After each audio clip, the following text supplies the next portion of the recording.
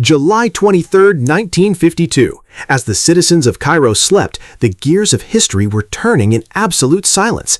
In a swift, remarkably bloodless coup d'etat, a clandestine group of young military men known as the Free Officers Movement seized control of the nation's vital infrastructure. Led by the charismatic strategic mind of Gamal Abdel Nasser and fronted by the respected veteran general Mohammad Naguib, the military efficiently occupied government buildings, radio stations, and army headquarters without triggering a civil war.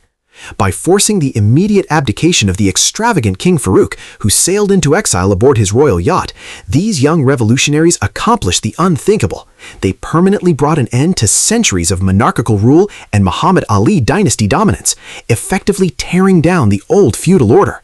This was not merely a change in leadership, it was a seismic political earthquake that set the stage for a brand new, independent, and revolutionary republic. For the first time in millennia, Egypt was about to be governed not by foreign empires or elite aristocrats, but by Egyptians themselves.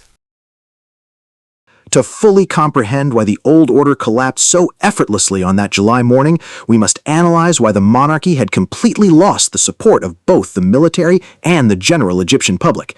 For decades, Egypt's nominal independence was an illusion.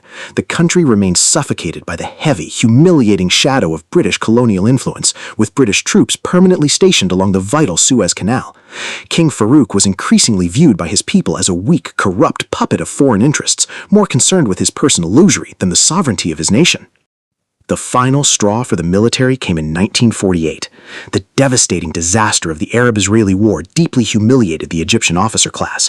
Sent to the front lines with defective weapons, poor logistics, and incompetent high command leadership, young officers like Nasser watched their comrades die due to corruption at the highest levels of the palace. Returning home with a burning sense of shame and anger, these officers realized that the true enemy of Egyptian dignity was not just abroad, but sitting on the throne in Cairo. Combined with soaring inflation, widespread peasant landlessness, and frequent political assassinations, the demand for radical social, economic, and political reform reached a boiling point. The free officers became the weaponized expression of a nation that refused to suffer under corruption any longer. The 1952 revolution brought far more than a simple reshuffling of the cabinet. It engineered a radical, permanent change in Egypt's national identity. Following a brief internal power struggle that saw General Naguib sidelined, Gamal Abdel Nasser stepped fully into the spotlight, initiating a dramatic shift toward absolute sovereignty. Nasser possessed a grand, sweeping vision that extended far beyond Egypt's borders. He became the global champion of Pan-Arabism, the ideology advocating for the political and cultural unity of all Arab nations against Western neocolonialism. Domestically, the new government moved swiftly to dismantle the century-old feudal system that had kept millions of Egyptians in poverty. Through the sweeping agrarian reform laws, large royal estates were confiscated and redistributed directly to landless peasants, breaking the backs of the elite landowning class. Nasser instituted transformative policies aimed at modernizing the state structure, expanding public education, promoting women's rights, and heavily investing in national heavy industries, most notably symbolized by the planning of the monumental Aswan High Dam.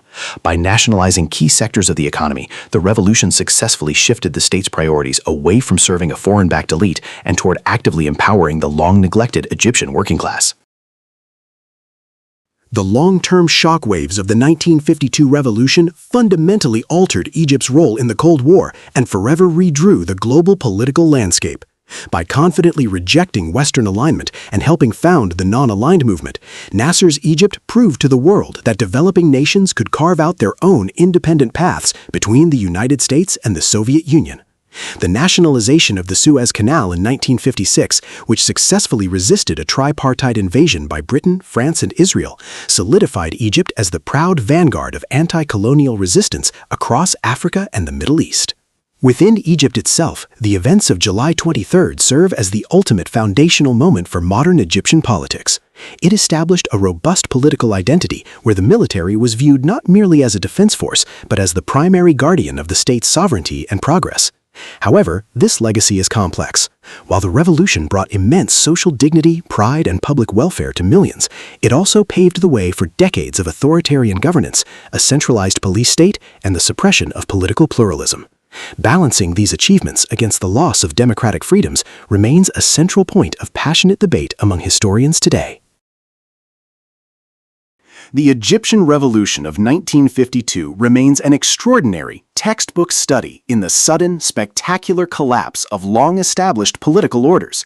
It serves as a stark historical reminder that when a ruling elite completely disconnects from the hardships and aspirations of its people, the old walls of power can be toppled in a single morning.